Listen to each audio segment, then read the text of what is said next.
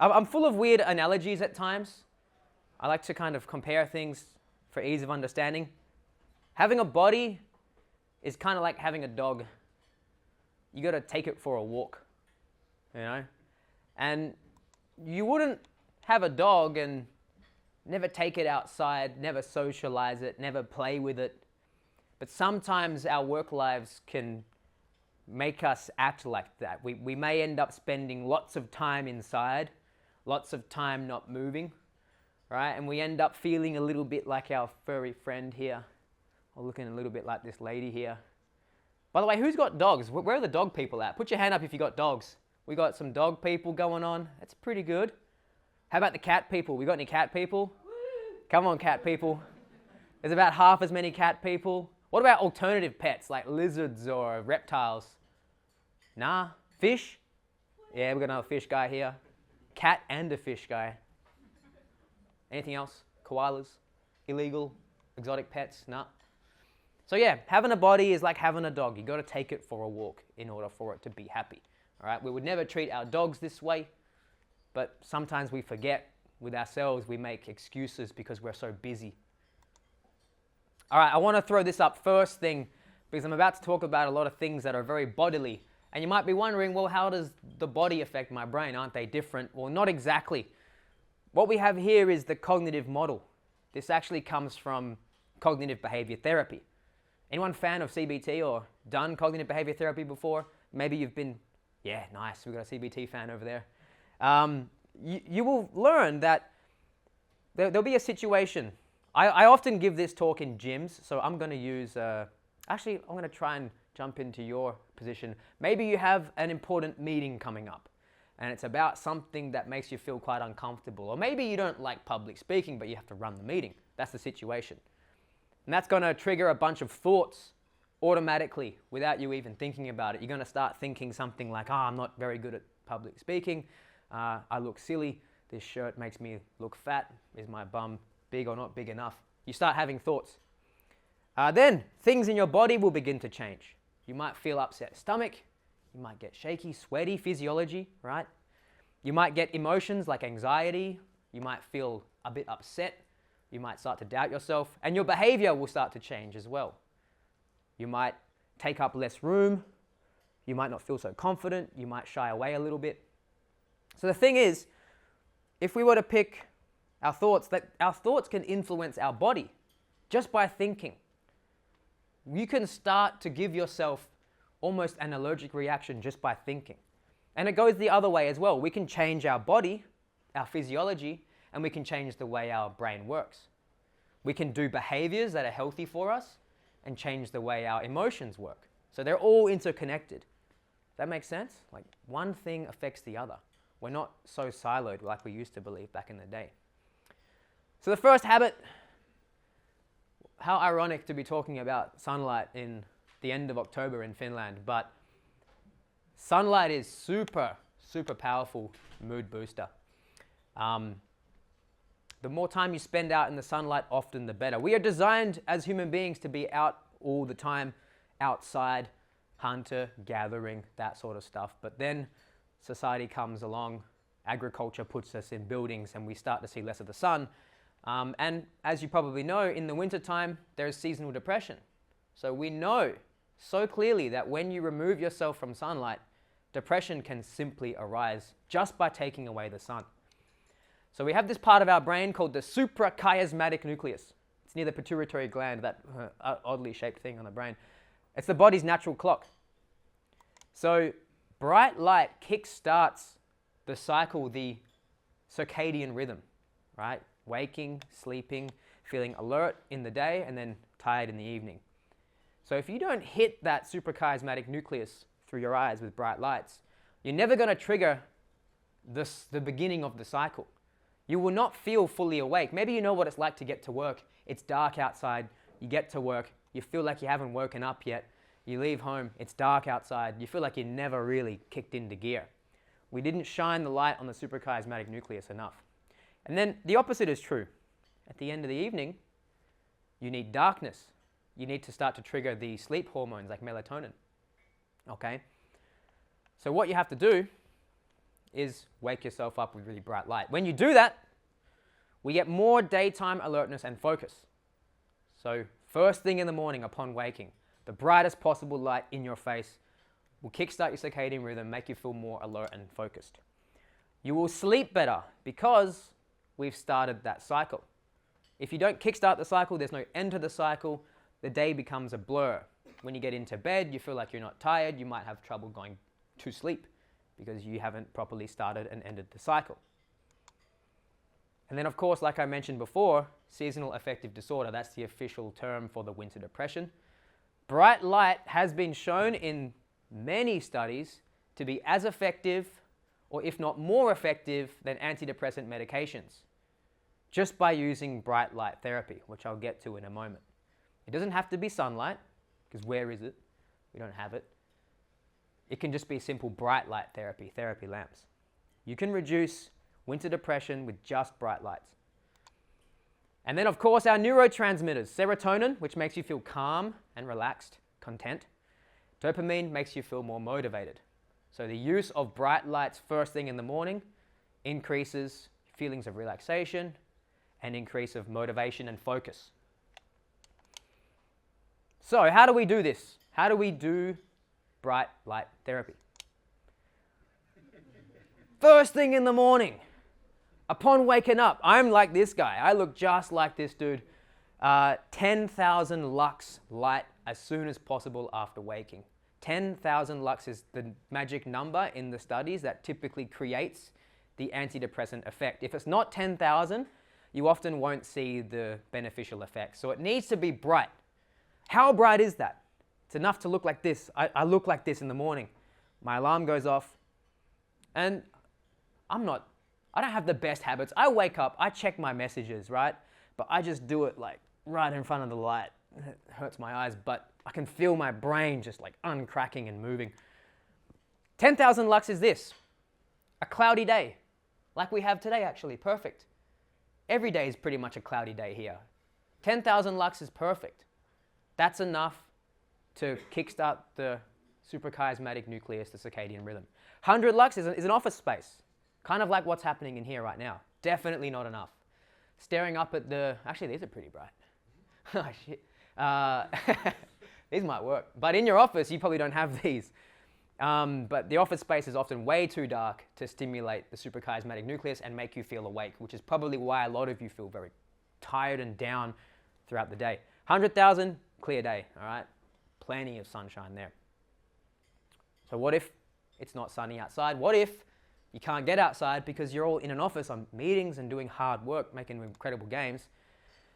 You're going to need about an hour and a half per day of this big fella here. This is called a depression lamp. Kirkas valolampu in Finnish.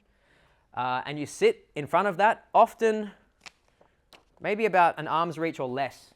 It needs to be pretty close to your face. And again, 10,000 lux is the number to look for. So when you look for these lamps, make sure you check the output that they have. It has to be at least 10,000. Some of them are bullcrap. They're just a light, but they're not bright enough. So it needs to be 10,000. And so if you can get in front of that straight away in the morning, it only needs to be about 5 minutes, really. Just like as soon as you wake up. That's the thing. So 1.5 hours per day, the earlier you do it, the better. Okay, we need to bombard the suprachiasmatic nucleus, make it think it's daytime, all right? Do that as much as you can in the morning, sit in front of one of those things. I wonder what the office is going to look like after this talk. Like, everyone's getting one of these lamps and it's just, everywhere you go, it's bright. I wouldn't have a problem with that if you guys are all happier. That's the goal after all.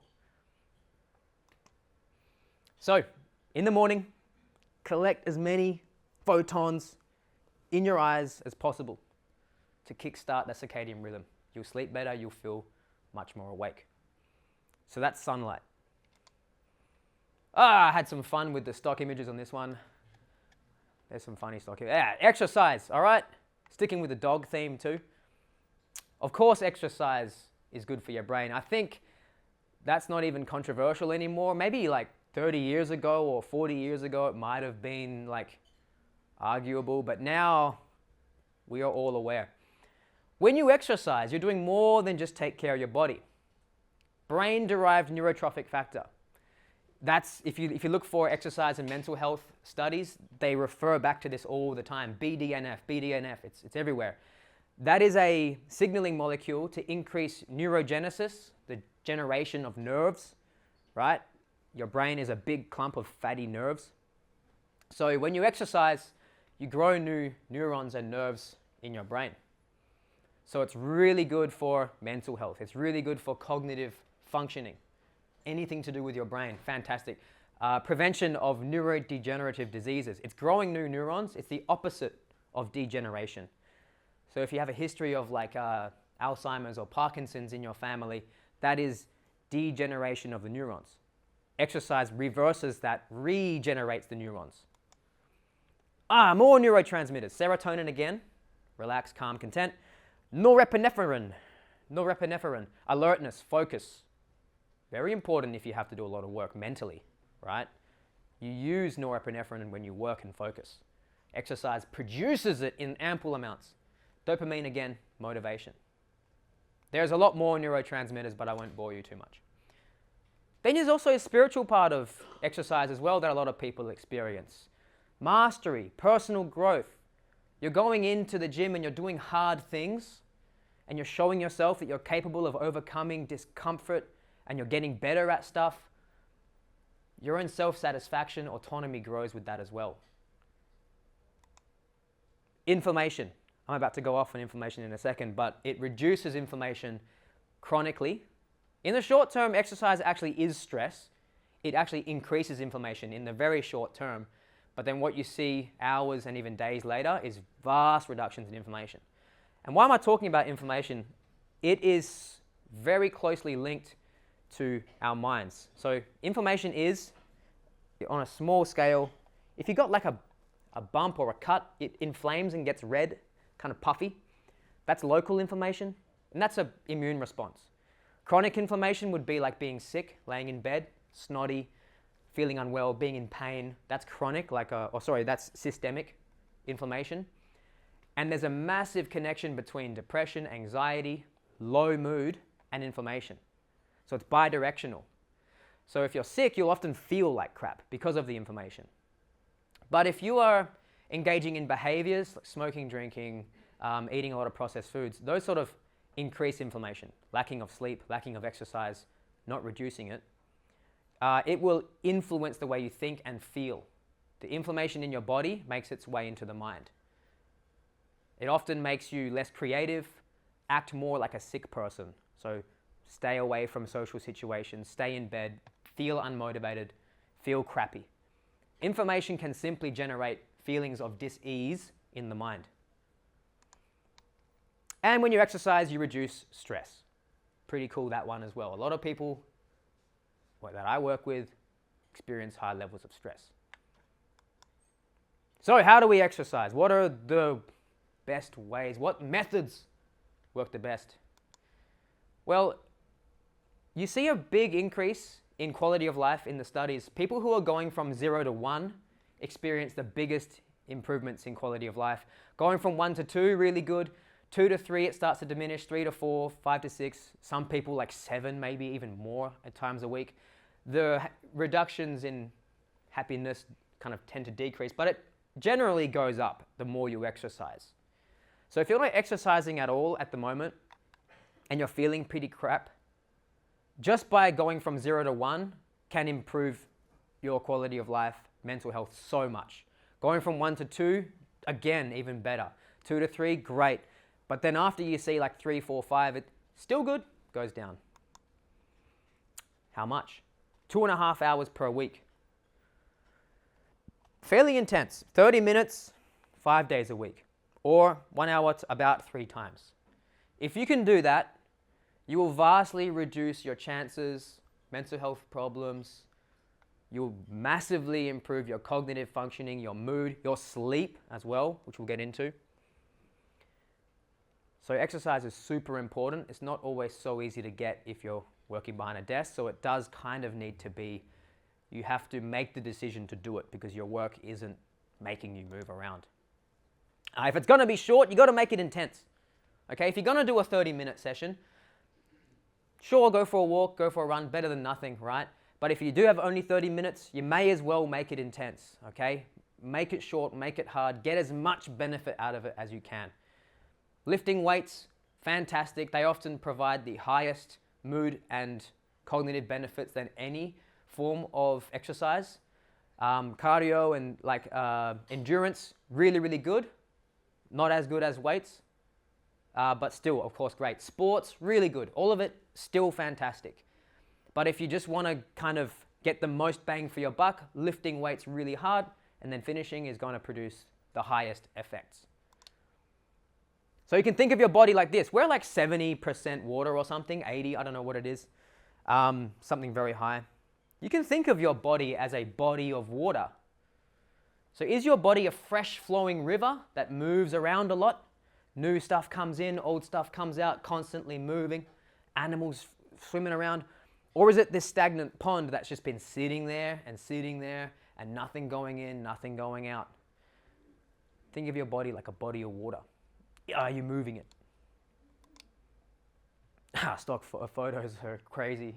This is nutrition. This is the image that I found for nutrition. I love it. Is that a corn dog? Is this? Yeah, I've never eaten one of these things. This is my reaction to that food if I ever had one.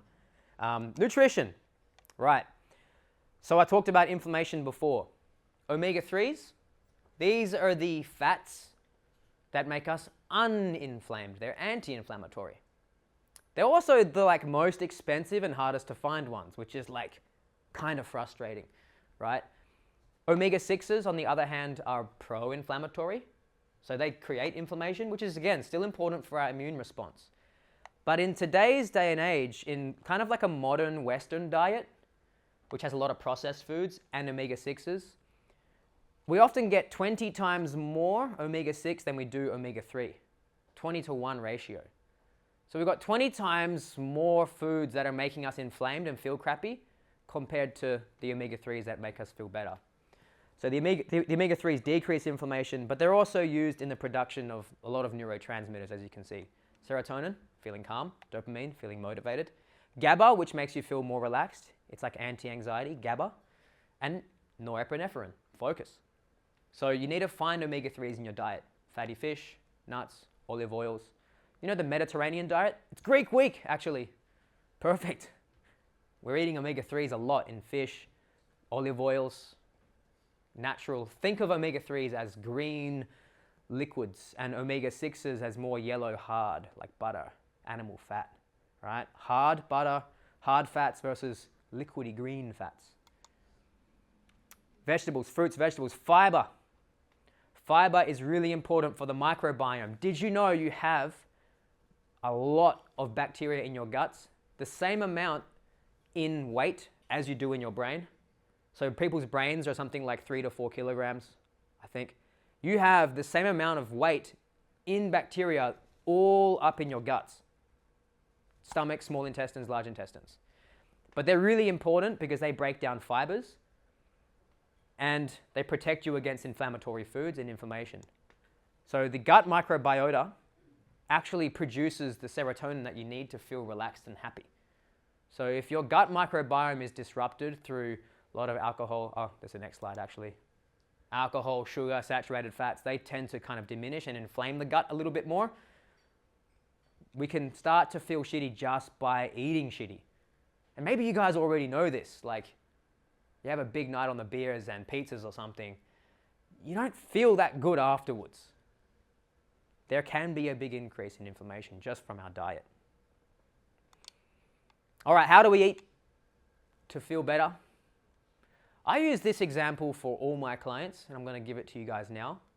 It's not super complicated, which I like. Like you guys have so much going on in your lives. We can't be throwing so many things at you. This is simple. You start with your empty plate, you put protein on there. This can be meats, it can be things like tofus, lentils, beans. If it is lentils and beans, you just have to kind of double it. But anyway, if you're a small person, big person, man or woman, right, you can see, put that on your plate first.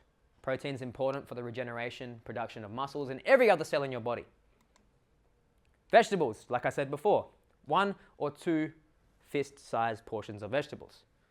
If you hate vegetables, just start with one. Put something, okay? It's not even that much, unless you got a huge hand, which is why I like the system, because it's the same for everybody. If you're a big guy or a little lady, your hands follow your size. So you don't have to worry about grams and like all that. Just look at your plate and put your fist on it.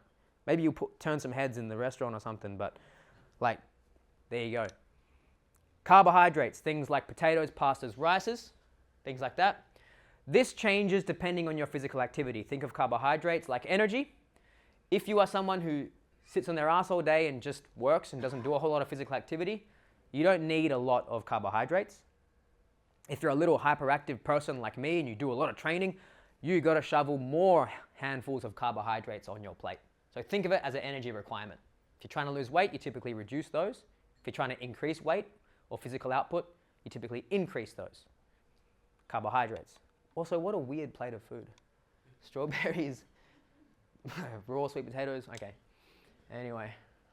And then fats, nuts, cheeses, oils, those sort of things.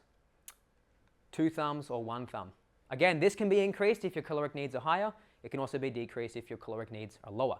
But just by looking at that plate of food now, you can see everything that we need to get in order to function correctly mentally and physically as well. Protein for the muscles in the body, fats for all of the neurotransmitters. Your brain is made of fat, okay? It's a big ball of fat, okay? And then carbohydrates for energy, okay? Real simple. By the way, all this available for download at the end if you want to kind of, take a look at this up close. So your gut is like a zoo. You need a lot of different foods to keep all the different animals happy. Okay? If you just eat the same thing day in, day out, sure, you might be balancing your protein and calorie needs, but the variation is really important. Something I love about seeing the menu every day at the gym is like there's always different foods with different vegetables and different stuff. So like when you're at a buffet, take a little bit of everything. A little bit of everything, feed all the animals, all the different animals in your body. Right? Tiger wants to eat this. Can't just eat too much of one thing. Little bit of everything. Guts like a zoo. All right, we've got 2 more to go. Then I'm going to chat to Ramon. Social interaction. So, long hours at work, you're around people all the time. It often feels like maybe you're getting social interaction, but the environment and the sensation you get in your body and mind is kind of like the most important thing. So being at work all day, being with people, maybe you don't like everyone at work, maybe someone annoys you. That's not proper social interaction and like quality bonding time. What we need to do as humans, as you probably are all aware, we're from kind of, we all started off living in small tribes, very close, right? We would do everything together with people that we love and we feel safe with. But when we go out into the workplace, or a lot of our time we spend away from people that we actually love and feel connected to. And sometimes you might feel lonely. The sensation of feeling lonely increases the inflammatory response. It prepares us for danger because being alone is normally for human beings for the hundreds of thousands of years that we've been evolving has been bad for us. So feeling alone or feeling disconnected is already creating an inflammatory response which can be damaging our mental health. People who are depressed and anxious often push or pull away from social interaction, and that actually creates quite a negative cycle because in fact these people will need to be around people more even though they don't feel like it. So social interaction. When we spend time with people that we love and we feel safe and relaxed around, we actually improve our cognitive function and creativity. There's a lot of creative people in this room and listening in. Things like drama, play, improvisation, really good for creativity. Stepping out of your own brain and going into a different world. I know there's some D&D enthusiasts in here. I know that for a fact. And if you're playing games, having fun, being creative, being silly and having fun with your friends, your brain is just stretching out and opening up and moving in all these different ways. Because often when we're at work, it's kind of just hammering up and down a line like this. So we need to kind of relax and feel free with people. This could have been on every slide. Risk of neurodegenerative diseases. Loneliness increases Alzheimer's and things like that. Almost all these slides are applicable for this one. Being with other people increases neurogenesis, makes us feel cognitively more there.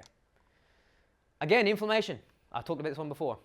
Sickness-like behaviors typically increase when you're alone, and the sad and annoying thing is that when you are feeling shitty, you don't want to be with other people, but that's kind of exactly what you need the most. Is you got to disrupt that cycle and start to kind of hang out with people that you like and feel comfortable around. Well, of course, hanging out with people is going to make you more pro-social. Of course, you're socializing. So things like your charisma and your pro-social behaviors, the things that make you a nice person to be around, will also, of course, increase the more you hang out with loved ones and stuff like that. Also, when you're hanging out with people a lot, kind of the good things about humans are we sort of keep each other in check. So you typically will act healthier when you're around people. When you just kind of hide away in your basement for a week, it doesn't matter if you shower or if you start smoking or if you stop eating well, it doesn't matter. But when you hang out with people, there becomes this kind of sort of healthy social pressure to participate in society, look after yourself. You actually start feeling like you want to exercise more when you hang out with people. This was weird looking into the research on like how much do we have to socialize? Like how much time should I spend with people? It's weird to like define. The best activities typically, like I said, around people you love, but activities with others based around belonging, purpose, physical activity, outdoors, like I said about play and creativity as well, if you can get in those sort of environments, they are typically the most regenerative for your mind. So healthy activities with people you like. And from the research, I looked at a lot of studies, what is the amount of activity? It's kind of hard to get exact, but if you spend less than 150 minutes or around about 150 minutes per week or less, that's like the bare minimum to stay sane, basically. So if you're not socializing with somebody for an entire week, not great. Definitely want to do more. So 150 minutes seems to be this sort of like bare minimum thing. Of course, more time, obviously better, right? It takes an entire village to raise a child. You are not an island. You might not see yourself as a child anymore, but we're still the same beings. We need to be around people that we like very often. And when we're not, we're slowly doing mild neurological damage, which is kind of crazy. You are not an island. Sleep. Beautiful. Koala. So sleep, I think it's kind of become cool recently. I think there was this book called Why We Sleep. And after I never really thought much about sleep, because of kind of like hustle culture and working hard makes us kind of think like, come on, push, push, push. When I read this book, Why We Sleep, it almost made me do a 180 and just think completely differently. Sleep affects every cell in your body. The telomeres, like you have the DNA, they're all bound up really tight into these things called telomeres, which then make up the chromosomes and stuff like that. If you chronically deprive people of sleep, you shorten the telomeres, which is kind of what aging is, right? And so chronic sleep disruptions or poor sleep for durations of time just diminishes the length of these telomeres and makes you age faster. And it affects every cell in your body because the cells use the DNA to make copies of themselves. And if you sleep crappy for a long time, you make crappier copies of the cells, basically. So everything gets worse. So sleep properly and you prevent the de-lengthening of the telomeres. Good sleep. This isn't a surprise. You get better memory, short-term, long-term, creative thinking, judgment, decision-making, focus, of course. I have this talk today and I left my training practice early last night so I could sleep for 9 hours before doing this because I wanted my brain to work correctly. I don't always have that luxury, but I did last night. I wanted my head to work, so I treated it like a supplement. More sleep, goodness into my head. There is neurotransmitters again, serotonin, feeling calm, relaxed, dopamine, feeling motivated, cortisol, stress hormone, decreases, of course. You feel way better when you sleep. And of course, muscle gain and performance if you want to treat your body well, if you want to lift more weights. Decrease inflammation. So sleep is very important repair time. And if you have more of that repair time, that's very useful to diminish the inflammation. If you interrupt the sleep process, you have less time to throw out the trash. So you wake up in the morning, there's still garbage all over the floor. You're like, what happened to the cleaning crew? It's like, you didn't give them enough time to clean up. You know, there's still crap lying around from last night. Oh, I like this subject. How do we improve our sleep? I really notice these effects. Set a regular sleep-wake schedule. You can choose, go to bed on time or doom scroll for hours. Go to bed and wake up at the same time every day. Circadian rhythms, remember we mentioned that before? Our body loves repetition and rhythm. So this is one of the best things you can do for sleep schedules is just wake up at the same time, go to bed at the same time. Make it very predictable. So if you're always going to bed at 11, 11:30, your body will start to, it knows by 11, it starts to just get tired. But if it's interrupted all the time, it doesn't even know when it's time to go to sleep anymore or when it's time to wake up. So you got to be nice to your circadian rhythm. It wants repetition. If your sleep schedule's messed up, try to change it by 30 minutes per day. So if you're staying up till like 4 in the morning or something and you want to bring it back to like midnight, that's going to take you 8 days of half an hour intervals. You know what it's like to try to get to bed 2 hours early, you just can't sleep. You're not ready to go yet. Just like having a dog. If you don't exercise the poor guy or girl, what are they going to do? Have you ever seen this? You come home and the dog people maybe, the dog's torn the shit out of the couches or something like that. Well, it can be for many reasons. Separation anxiety is one. But if you don't exercise the animal enough, they've got a lot of pent up energy that they need to get out.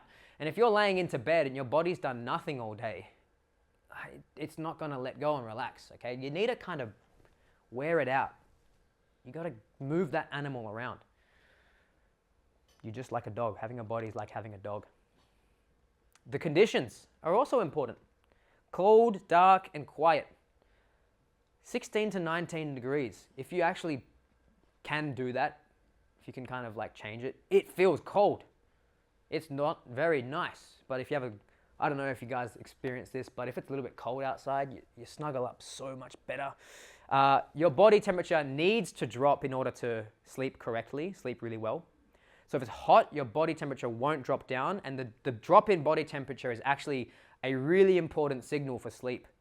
So the physical body temperature has to drop down. Dark, if you have like a digital clock in your bedroom and that's emitting light, that's enough to disrupt sleep. That's called 1 lux, typically. Remember I talked about lux before? 1 lux is enough to disrupt sleep. So a sleep mask, I use it every night, even in winter, because my digital clock is on. I pull my sleep mask on. And cold, quiet. Any noises can typically wake up restless sleepers. Oh, there we are again. Hello. 10,000 lux as soon as possible after waking. That helps you with sleep again because it's kickstarting the circadian rhythm. Bright light first thing in the morning starts the clock. And then the clock will go for about 12 hours and then it knows it's got a big stimulus at the beginning. Sleep is the greatest performance enhancing drug you can possibly use. Don't worry too much about caffeine if you're sleeping well. Pre-workouts if you're sleeping well. If you've got a big physical event coming up or a big talk, big meeting, big week, try to get your sleep in order. It'll work better than any supplement you can possibly buy from the stores. If you want to track these habits, I've got a habit tracker right here. You can take one. You can also download this. You can scan the QR code. There's a blank habit tracker. You can make up your own. There's a preset one. So scan that. It'll take you to you can also look at the slides. Print this out. Chuck it on your fridge. I think I use this. I don't like apps. I like the paper on the fridge and the satisfaction of grinding a little pen into the page. And then if you want to talk to me about stuff, this is in the slides too. Here's my info. And then if you want to get into the gym and start training, I ain't got time, I ain't got space, but these people can help. If you want psychological coaching, Supercell has a deal with Larval. You can get free counseling from Larval. Okay? So contact them. My friend Yonne and Aiden, these guys are exceptional coaches. No one's paying me to say this. I just think these are the people I trust if you want to learn to lift weights in the gym. Yonne's obviously Finnish, and he speaks English better than I do. And then there's Aiden. He's an Irish lad. But yeah, you can get help from those guys too if you want. That's all. Thanks.